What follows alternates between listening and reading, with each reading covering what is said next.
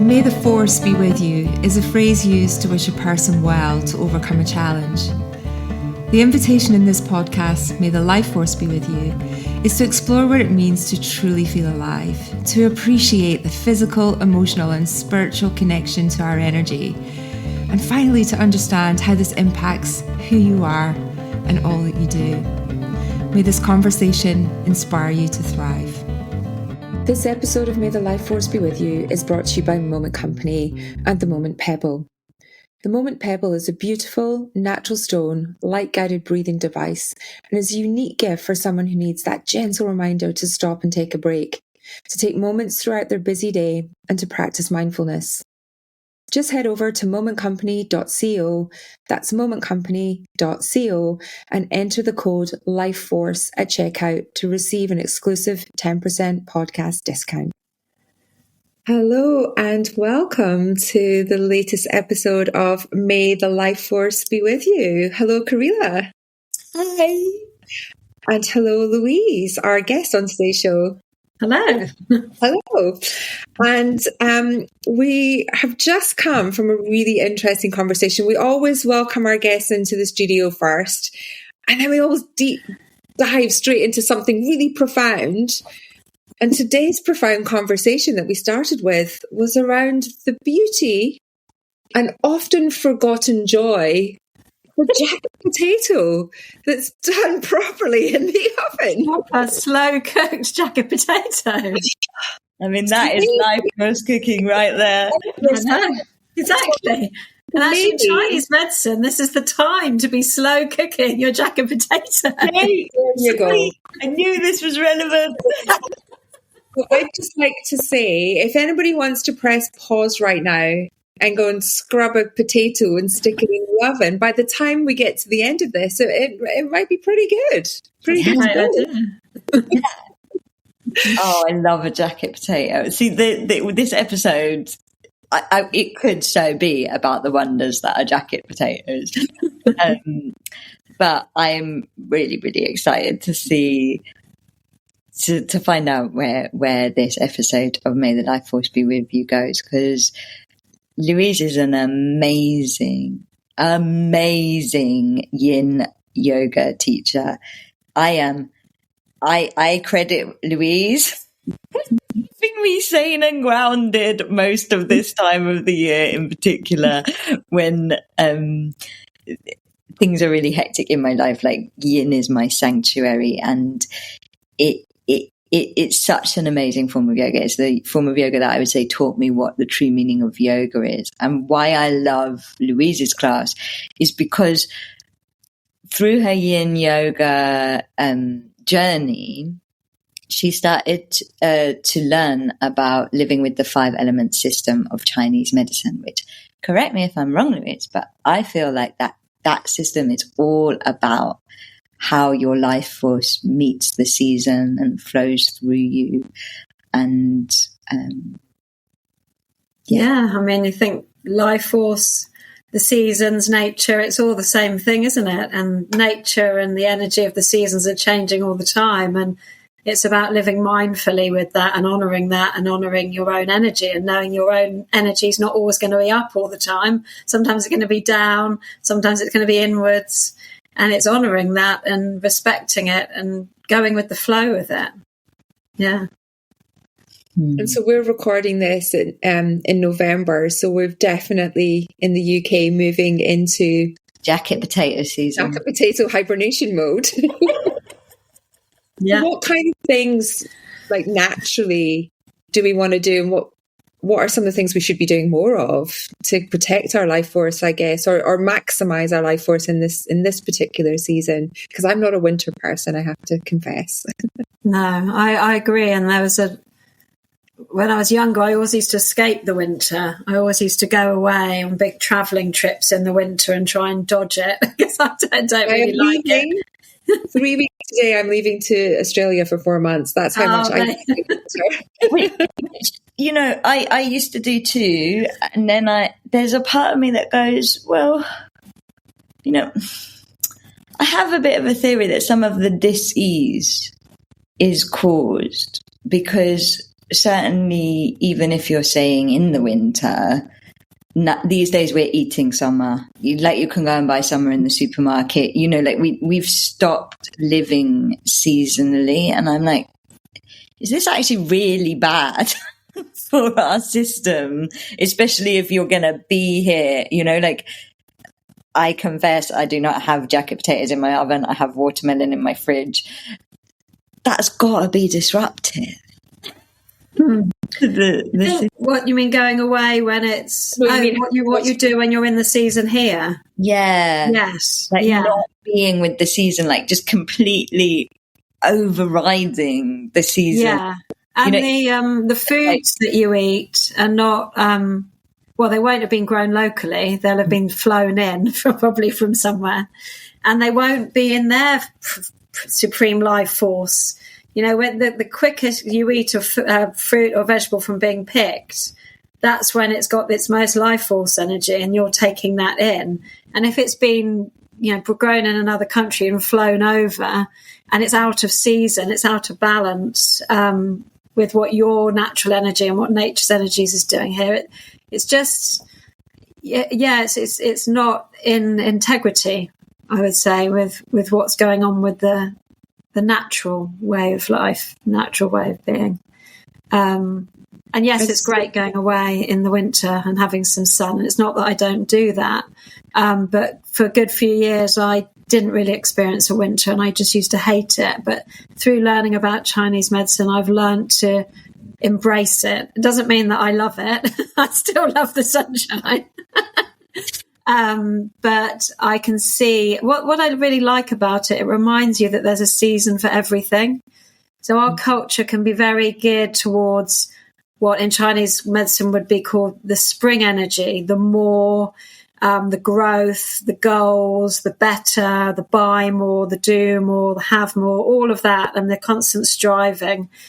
And, yes, in life we want to make changes and we want to have goals and we want to do things. That's normal. But it doesn't have to be all the time. We need a time for enjoying what we've created. We need a time for really realising what actually isn't serving us anymore and thinking about what we're letting go of, which is this time, the autumn time, when nature is releasing its leaves and everything's going down into the ground. It's our time for shedding and letting go and processing the year. And then there's a time for rest. We've got to have time for rest. And our culture, often rest is like the most advanced thing to do, advanced practice to do, just have a rest. It can be very easy just to keep going and doing all these more kind of dynamic forms of exercise and rushing from A to B and fitting things in, but actually pausing and just doing nothing, having an afternoon nap. I'm a big fan of an afternoon nap. We need that. So it's about embracing what's nature's doing and doing what we're really feeling like doing. And actually autumn time, whilst our natural energy is wanting to slow down and starting to go more introverted, we're going to the yin time of the year now. We're often really busy in autumn time. We've had the holiday times of the summer, and then there's the run up to winter, the Christmas. And often this run up to Christmas can be crazy busy. And we can feel tired. And then, of course, there's that imbalance and everyone starts to get ill because they're kind of getting worn out. Well, we're not getting the sunshine to top us up as well. That other important life force energy that we kind of take in a lot of the time we're in artificial light or darkness, which I guess darkness has its place in rest and recovery, but we just switch the lights on now. It helps us to go to bed earlier, helps us to sleep a bit later. But it is important, like today here was a really sunny day. So it's important when we do have sunny days like this to go out and, feel the sunshine, especially if you're a summer person and the winter makes you feel a bit, because some people get a bit depressed over the dark months, don't they? So especially if you're like that, go out and feel the sunshine. It also helps you to sleep doing that. I love that you said about enjoying what we've created and what we've built, because I went to a like an astrological historical place where like it's like an old farm where, you know, you like experience Saxon Britain, and they do a food and a talk and you sleep in one of the houses and things like that, like living history astrology event thing. And one of the things that really I took away from that was they were explaining that, you know, like I always perceive winter as being the time of lack and like the time where there isn't anything. And they were like, that for your ancestors was your most abundant time, because that's where you had, especially this side of the winter, is where you had all of the food you'd prepared all summer. It's like that's where you had your feast time, you know, and you had all of this supply. And actually the time where there was the least amount of food for your ancestors, where there was the least abundance, was the springtime, which is what you're saying we all aspire towards. And then it's like, in a way, no wonder we're in a recession, because we're not doing any of the like sit back and enjoy the abundance of creation of what you have and just sink into it, you know? Yeah. And also, I think people make the mistake of thinking that to get things done and to have ideas, they have to be doing something. And actually, it's often in the void, in the doing nothing, where your most inspired ideas come. You know, like when you go on holiday or you go on a retreat, all of a sudden you're like, oh, I've got all these inspired thoughts, because you're not like reading books and listening to podcasts and doing courses and like talking to people, trying to come up with ideas and doing things all the time. You're just having rest, having space. And so that, you know, just because winter feels like nothing's happening, actually, if you think under the ground in winter, there's a lot going on. All the nutrients, all the seeds are like building, everything's like forming underneath the ground to then burst through in the springtime. So it's not like nothing's happening. Everything is happening. Yeah. The future is happening. You know, yeah. There's a lovely saying I heard once, was that like everything is born in the dark. So if you want something new, if you don't have your dark time, how is it going to come in? Yeah. How is it even going to begin? Yeah. Fiona's if everything was just Australia. If everything was all just great and lovely and, you know, nothing bad happened to us, nothing would change, would it? And like the dark times, as much as they're uncomfortable, that's often where we have the biggest breakthroughs, the biggest growth, the biggest shifts. Yeah, I do think, you know, understanding the seasons is really important. I do get that. And listen, I lived in Canada, so I did my fair share of winter. Not like I haven't done winter. I think it was 115 consecutive days of below freezing I did when I lived in Toronto. So, but you know what? It's as Billy Connolly used to say, there's no such thing as bad weather, only bad choice of clothing. So, that's very true. As long as you've got yourself all set for the winter, it was kind of beautiful having snow every day for like 4 or 5 months. But it's a different kind of living and a different kind of relationship you have with nature when you get a message in the morning, you know, warning you if you're outside for more than 9 minutes, you'll get frostbite. That's a whole different appreciation you have of what nature can bring. And then, you know, I remember my first winter there when people would say to me, it's so hot and humid in the summer. And I could not get my head around how something so dry and cold can be hot and humid. And we're, you know, literally the snow left and the next day we were all on rooftops. And you're thinking, how can this be the same place? But it's beautiful. It's beautiful. And I, you know, so I do, I'm not giving winter a hard time. I do enjoy the seasons. I just happen to be more of a beach summer gal.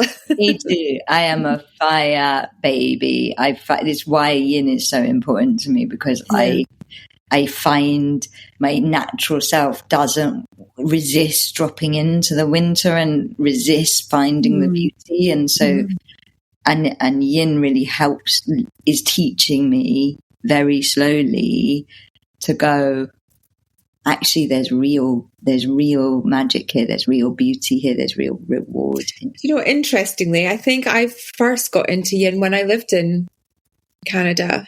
Because it was a warm studio, so I'd get all my snow gear on and only have to walk 10 minutes around the corner, and then I'm like, oh, I get a blanket as well as a warm studio. Because at the time I was at the height of my about to be burnt outness, so I had very little self-awareness. I was drinking too much, I was not in a great place, but I was exercising all the time, and I got this thing where I don't like repetitive noise, so people breathing in a yoga class used to like aggravate me so much, but I found yin I could just relax into a lot more. So that, I think, was when I actually had my first kind of relationship with enjoying that and appreciating. It just made me feel good and less stress. So for anybody that doesn't know what yin yoga is, Louise, can you give us just a little appreciation or understanding of what yin feels like in comparison to regular yoga? Basically very slow yoga. We hold poses generally 3 to 5 minutes, and we hold them in a passive way. So that's the kind of main difference. You hold the poses for time and you hold them in a passive way. So whereas you might be in another type of yoga actively stretching or actively strengthening, you're engaging, you're putting in effort. With yin, you find your way just into the first bit of sensation and you just meet that, allow it and soften. Rather than going, I can reach further, I'm going to touch my toes and I'm going to and stretch. It's like, no, just listen. It's a really good practice for learning to listen and really listening to yourself and strengthening your sense of interoception, which is the ability to be able to sense into what's going on in your body at any time. And that's, of course, very beneficial. Like, for example, if you feel like your energy's low, maybe you're starting to get ill, or maybe there might be an injury coming on, you can detect it quickly so you can take care of yourself because you're so in tune with what's going on in your body. And then, of course, the other side of that as well is if you can tell the sensations in your body, any gut instincts you have, you'll notice. Because, when we get some news or we get an opportunity or we meet someone, our body creates a flicker, a reaction like, oh, I want to know this person, or oh, I don't feel quite right about them, or oh, I don't think I want to do that, or yes, I'm excited about that. And we get that in an instant, and that's our truth. But then, of course, the mind kicks in, and the mind's like, oh, no, but don't be so stupid, you should do it anyway. And oh, but they seem nice, and blah, blah, blah. And you can easily talk yourself out of things. But if you can really listen to your instincts, and the instincts are spoken through the body, the body's wisdom, our inner wisdoms, is spoken through sensations in the body, not generally the mind. So if we can really learn to listen to our body and what's happening in our body, that could be our guide. Love that permission as well of like, actually, maybe you don't have to go to your edge. Yeah. It's like the yoga of doing less. one, like so much of society is orientated around pushing forward, and pushing is actually one of the ways that we lose life force energy. It costs us life force energy to push forward. And I think I know you too well enough to say that like you guys are like me and are natural people that like push, and kind of evolving and developing, and in a way, I think summer people are like that. That's why we like summer, because it's like, oh, I can be myself. Go out and push. And then it's like, but that permission just to be like, actually, maybe you don't have to go to your edge. Maybe there's something for you when you're not reaching your toes. Yeah. When you're just not pushing. Who are you? Yeah. Yeah, completely. That's how I got into Yin Yoga, because I'm naturally very yang. In its Chinese elements, my strongest character is a wood character, which is springtime. It's all about having a vision and goals and more, better, do, like upward energy. And so when I was living in London, all the yoga, all the exercise, everything I was doing was yang. It was like dynamic hot yoga. I was going out clubbing. I was running other businesses. I was like doing all sorts of things.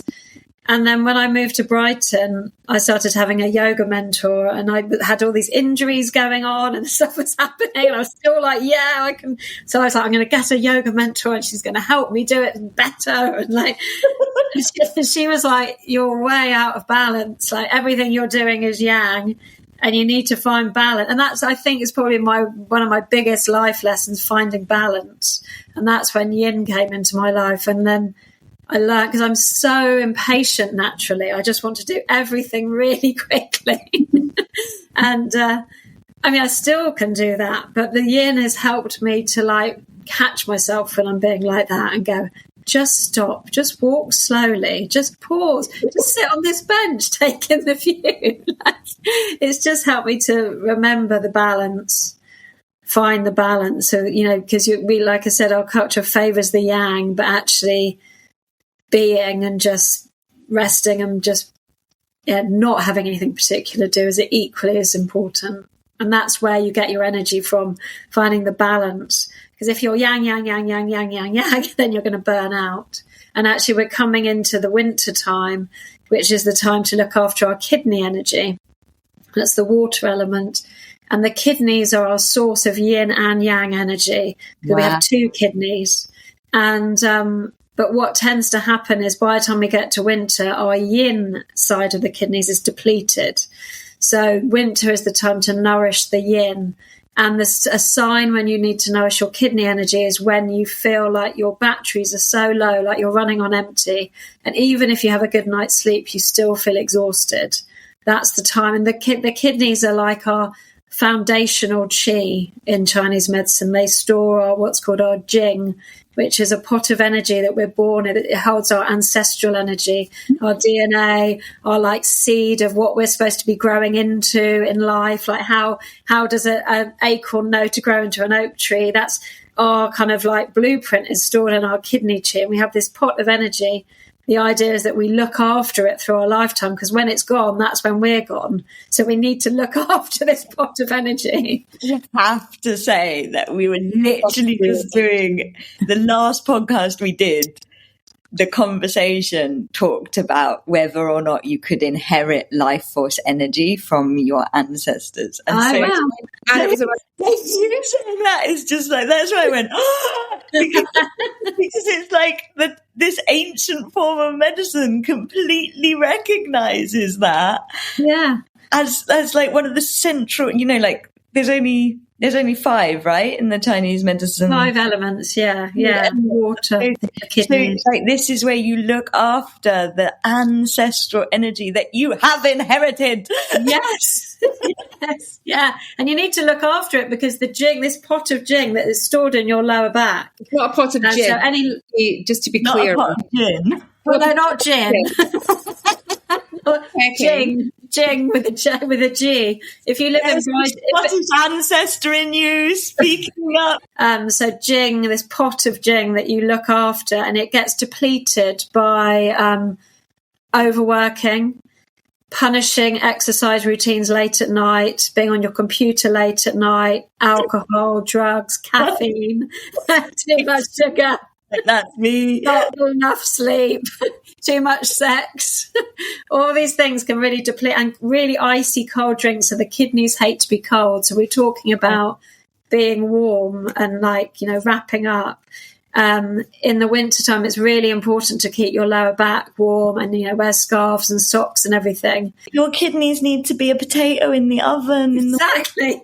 Well, that's why. So going back to the jacket potato, now is the time to be slow cooking food, because that gets the heat in it. So slow cooked soups. I slow cook my porridge. I slow cook the jacket potato, because it gets the warmth in it. Because you want to get the warmth into your body. And a really lovely thing to do if you're a cold person, that's something to look at with kidney energy. And something that's really lovely to do to get the warmth into your body is you make a ginger foot bath. So you get a big pan on your hob and you grate loads of ginger in, and then you kind of like bring it to the boil and then simmer it so it gets really, really gingery. And then you put like a basin to put your feet in.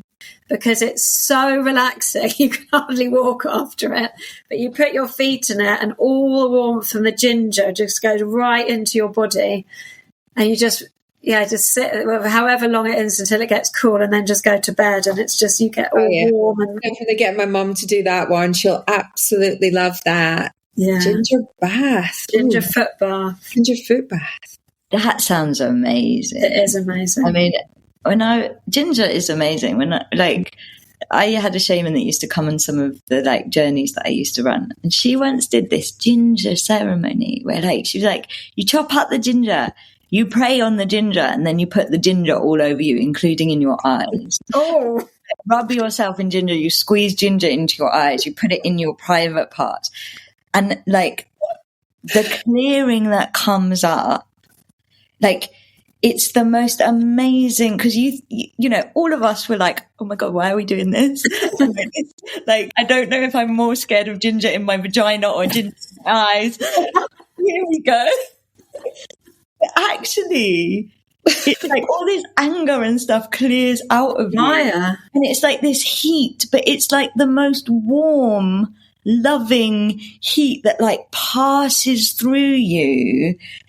And then afterwards you feel so clear. It's something, the ginger removes, you say, the coldness, but also in your emotional coldness, you know?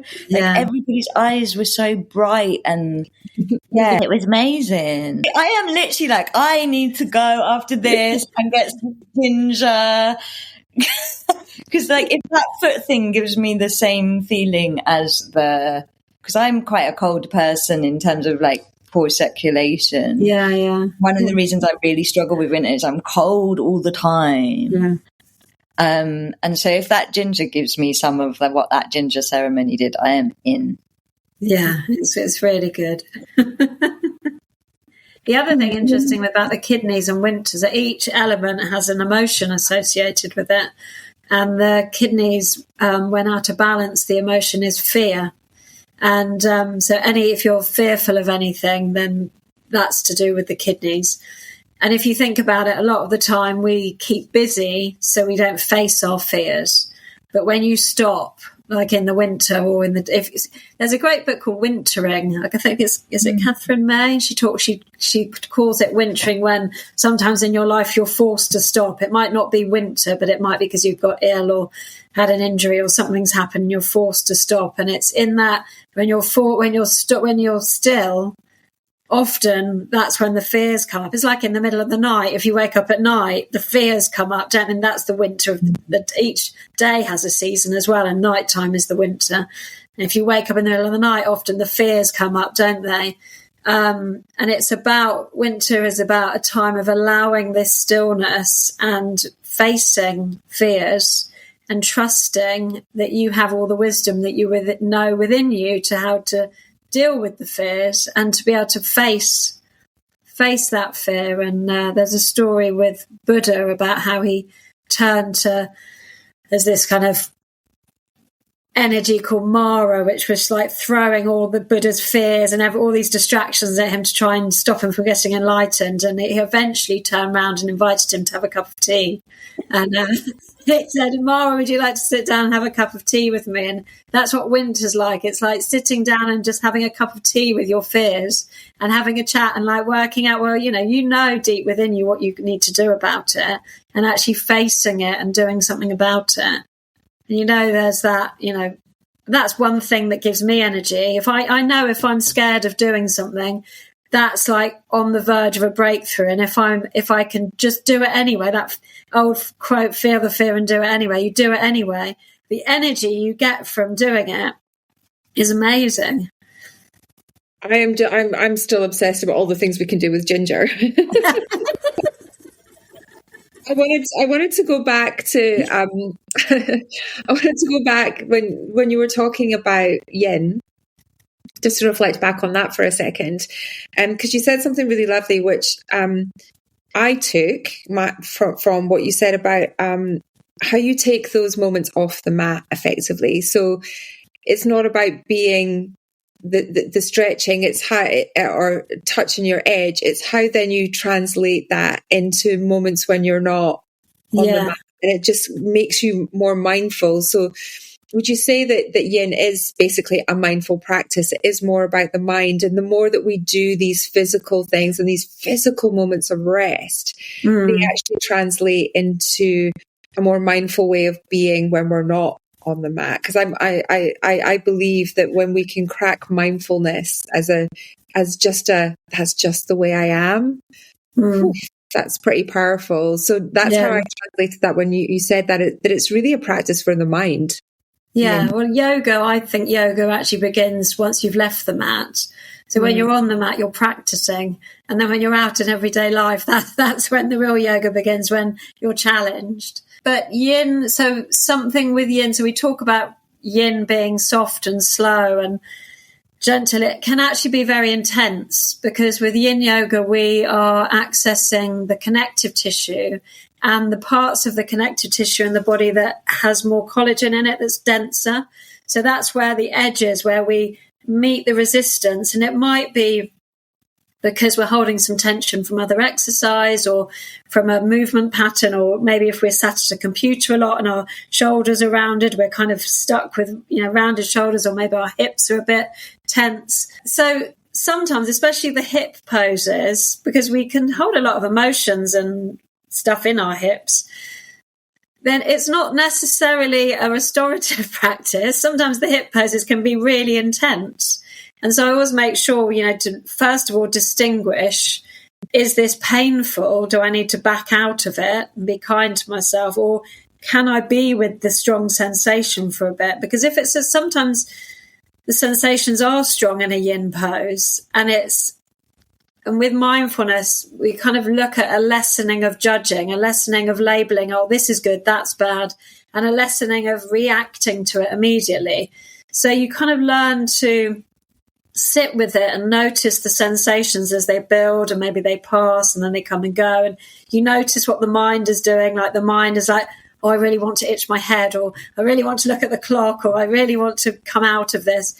And you watch that, you practice observing rather than just backing off out.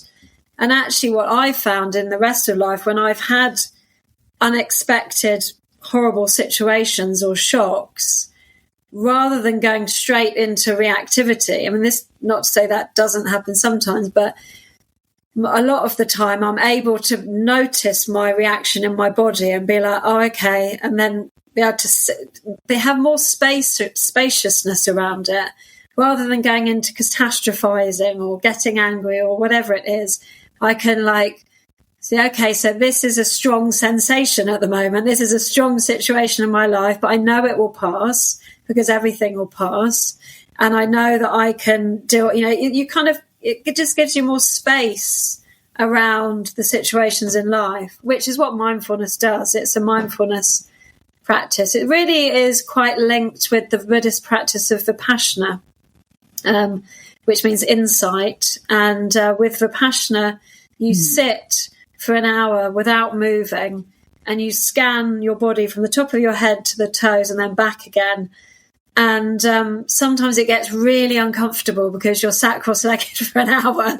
And then sometimes it gets really blissful. And the idea is, from the teachings of Buddha, that our suffering comes from either resisting what's happening in the moment. So when we're feeling something uncomfortable, we're like, oh, shouldn't be like this. I want to get out of this. All those resisting thoughts and feelings that come up, or craving what you don't have in the moment. And craving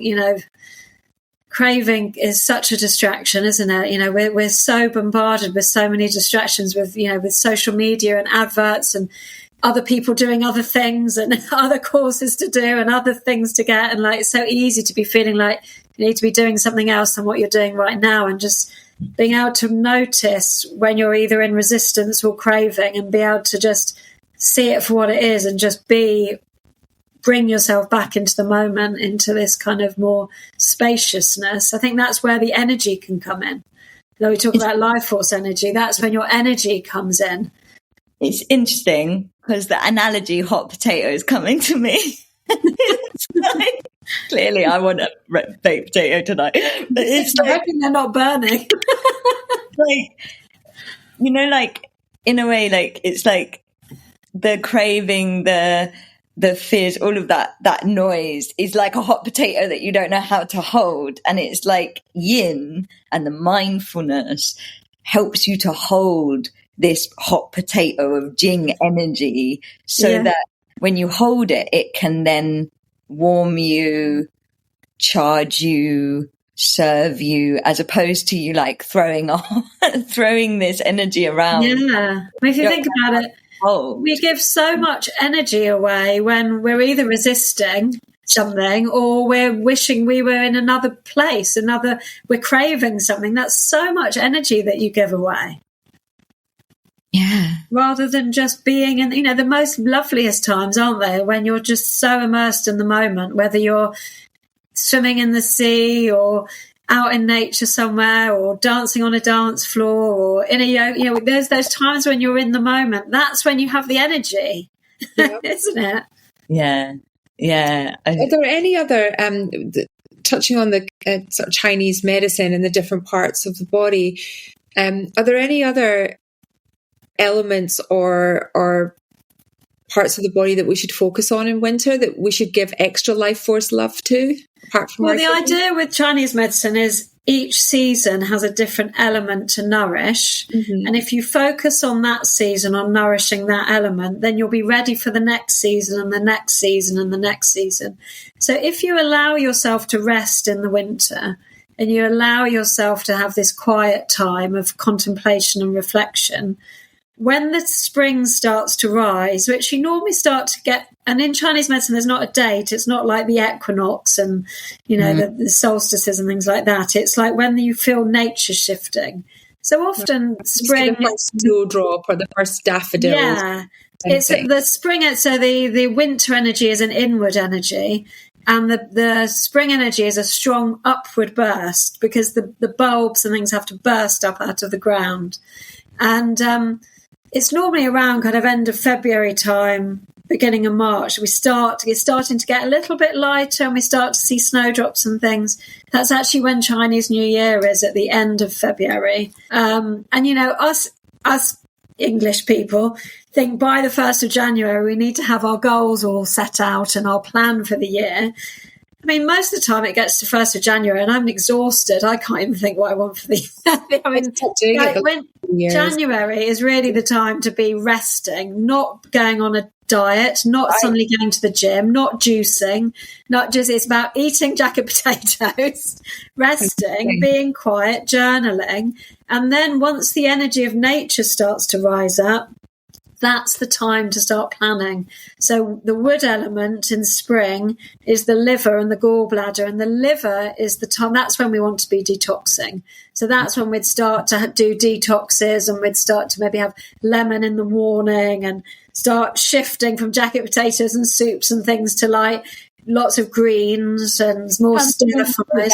Ancestral thing of the spring was when you had the least food because your supply's running out, and so it's very convenient time for the body to do a fast because you don't have very much. There is a very nature, so it's completely the right time for fasting. So the liver is all about having a vision for your life, a purpose for your life, really getting organized. It's the time to be making lists and putting plans in place.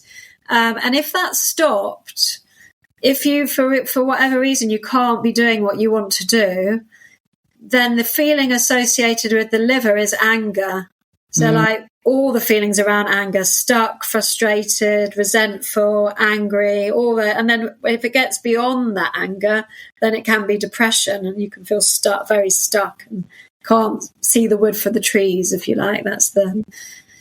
So there's the wood element, and then there's the summer, which is fire, and that's the heart energy, and that's the outward energy. That's the most social time.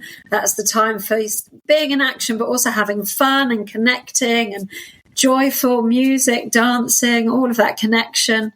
And then they actually have another season. So we think of 4 seasons. No, I think 5 as well, actually. So I'm interested about this. September we have all the fullness of the summer, and then even if we don't have children in our life, the beginning of September has that back to school feeling. And this, because the summer, our routines often go out of place, and we just, we're more spontaneous and we'll stay out late and all these things. It comes to September and it's earth element. It's about coming home to yourself, self-care, nurturing. Okay, what do I need? How am I doing now? How's the year going so far? What do I need to do to nourish myself after the summer? What do I need to do before the depths of the winter? Like, it's like a recentering time, the earth element. And then harvest time. The harvest, which I think is its own season. Yes. 5 makes far more sense to me than 4 in terms of the earth. And it's interesting because in, like, when you do goddess magic and womb magic and cycle magic, the model I work with is 5, and because it includes the harvest and the winter time, the yin time, is really important because it's actually in the stillness that the cycle changes direction and starts again. It's like, that's where you go from the crone and the grandmother and the death process. And she then goes into the archetype of the midnight goddess. And the midnight goddess archetype is the one that you just have so well described, of like facing your fears and being able to, like transcend even death, even, like the hardship, the illness, everything. She's the Kali force that can transcend everything and become the maiden again. So like she goes from being old to young in the winter. And it's like an ending and a beginning, isn't it? It's like the rebirth moment. And it's like really interesting to me because I feel like the Chinese medicine model really honors that, the 4. I had this thing about the 4 from my guides that was like, the equinoxes and the solstices, they are the seasons of the light. They do not describe the seasons of the earth. The earth. It's just what the sun is doing, isn't it? The seasons of the earth are like Imbolc, Beltane, the harvest. And like, to me, this Chinese medicine model is also describing those seasons of the earth, not what the light is doing as the planet moves, And I feel like for life force energy, the supply of our life force energy doesn't come from the light, it comes from the earth. You could maybe argue differently. There's prana in the sun. We all feel good. But in terms of sustaining our life force energy, we need to ride the season and the cycle of the earth. Yeah. Well, we're part of it, aren't we? We're living on this earth. So we're part. I mean, we do get the energy from the light, the sun, but we also get the energy from the earth, and we're living on this earth, and we're eating from this earth. So yeah, absolutely. So yeah, it's just really interesting to me that 5. It's almost like it's so Western of us to go, let's squeeze it into 4. Yes. And then we wonder why we're too tight, and we wonder why it's like when you break the year up into those 5 seasons, it's much easier to be with the earth, or for me it is, to go, okay, this is the harvest season, this is the winter season. Like for me, I've stopped perceiving January as the start of the year. I perceive it as the end of the old year, or the bridge, the time from the new year to Imbolc or Chinese New Year. To me, is like the bridge time. Yes, when the old year is. Yeah, it's like when you're letting go of the old year and it's dying, and then the new year begins, for me, at the same time as the Chinese. Just what happens when you live on the equator, Los Angeles, because the weather was the same every day, the tundra. So how do people in those areas or tribes or indigenous peoples, how have they lived when they don't have seasons? Do you still have seasons? I mean, I'm just guessing this because I don't know the answer to that, but I guess you live with whatever is going on with you where you're living. And also I would suggest that maybe you look to more like the moon cycles, maybe So I know, for example, in terms of like looking at menstruality cycles, you know, we have the seasons as a woman in our month. But when you go past menopause and you're not having the bleed anymore, the recommendation is then you still have the seasons, the feelings of the spring and the summer, but you might maybe look more to the moon, or just notice how your energy is changing. Maybe you know, I can't imagine in a place where it's always sunny, you're not going to ever not feel tired. You said earlier that there's all the seasons are in a day anyway. Yes, yeah. Because you have the spring in the morning, don't you? In the middle of the day is the summer, and then we're just transitioning now for the autumn of the day into the winter, and the night time's the winter. So the energies are always changing in the day and the month and the year. So whether it's sunny, it just might, just means their diet will be different. And I guess different types of energy. But it's about honouring your energy, isn't it?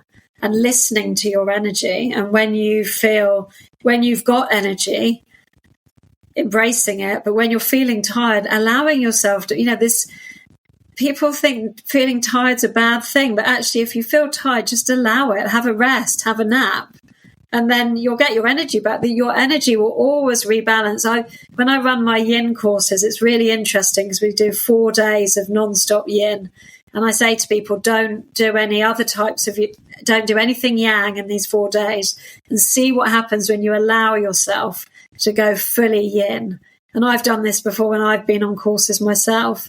And it's so interesting. Like when I've done it, it's like the journey is to go deeply tired and be in the Yin poses, just nodding off and like making it home and going to bed and really sleeping soundly. But then by the end, the Yang naturally rebalances, and all I want to do is go out dancing and just go out and do something really Yang as my energy's rebalanced itself. And again, talking about looking after your life force energy, it's when you're trying to force your energy that you're not going, the life force gets drained, your energy will naturally rebalance. So if you're feeling tired, slow down, rest, let the energy naturally rebalance, and then you will, because you have all the energy you need to do all the things you want to do. You just have to listen to your energy and allow it to be, again, that's the Yin way, just to allow it to be as it is and not force. I love the idea of perceiving your day with those seasons. I'm like, whoa, sounds so simple, right? It makes sense. Working late at night, get up early, follow the seasons of the day and see how because I feel like when I naturally do that, if I wake up early and I start my day, and I have that in my day, there is a natural current that I'm then upon.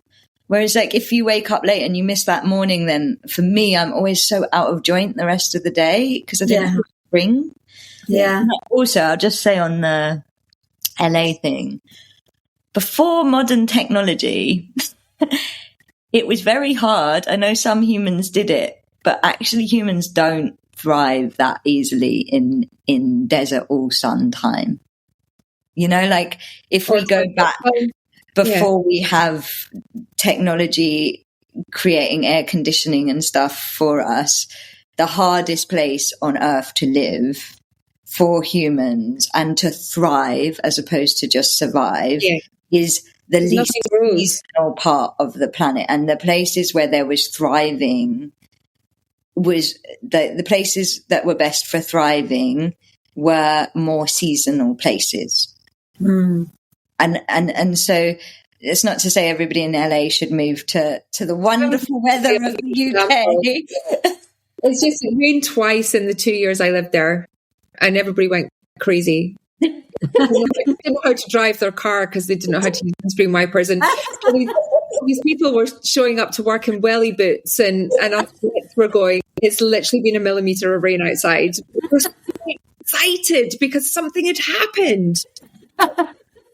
It was like when we get some snow here. So there is something obviously that happens when you can sense that season. So yeah, I mean, it's not like extreme desert, but that was my experience of of LA. But yeah, I understand what you're saying, Karila. Like it's barren land often there, right? It's not abundant land. It's not rich and nourishing. So it wouldn't be a natural place to say. There are obviously pockets of it, but all the almonds in the world are artificially pumped with water every day to grow in that region. So yeah, it's an interesting one. But speaking of food, let's come full circle again, because I cannot believe our time has flown by yet again. What a great conversation. I've learned so much. We need to go and get a ginger foot bath. My kidneys. Obsessed with the yin and the growing of the ancestral pot. But one last question. I know Karila's going to have her last question, as she always does, but I have one really important question, which I think I speak for everybody listening when I ask this. What are you having on your jacket potato? I knew you were going to ask. That. I think I'm going to have tuna mayo and cheese. Oh, okay. So do you put the tuna? And the other option is baked beans and cheese. Because that's what my stepdaughter's going to be having. But I think I'm going to have tuna mayo and cheese. Karila, hang on. One follow-up question from that, because your first combo before my vegetarian days would have been a combo I would have went for, except for one thing. It has to be in a specific order. What order do you put the mayo in? Cheese first. Correct. That's all I needed to know. Got to melt. Even with the baked beans and cheese, the cheese has got to go first. See, I like to double cheese, like cheese, beans, then cheese. Oh, yes. Okay. I might have that. Like the beans. And I have to say this because I have a friend from Portugal who listens to this podcast. She'll be laughing about this. We did a camping weekend. She was doing the food, and I was like, "We'll do jacket potatoes." And they don't do jacket potatoes in Portugal. And she was like, "What? Those people are so obsessed with jacket potatoes." And I was like, "You don't understand." And she was like, "No, I don't. It's like not a fun way to do a potato." This podcast now just proves that we, as the UK, are truly obsessed with jacket potatoes.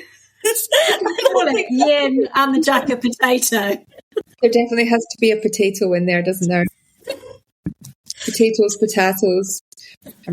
I'm writing my notes now. But yes, on that note, Karila, over to you for your question. I would like to say thank you so much. I feel, like Fiona said, I've got so many takeaways from this that are so helpful, and I'm literally going to run out and buy ginger. So thank you so much, and I feel so alive because of this, and hungry because of this conversation. But I'd like to ask you who you think we should interview next. Oh gosh, that's a good who should you interview next? Or around a topic that you think, or somebody in a field that might be interesting to speak. There's another yoga teacher that I know called Kirsty Norton.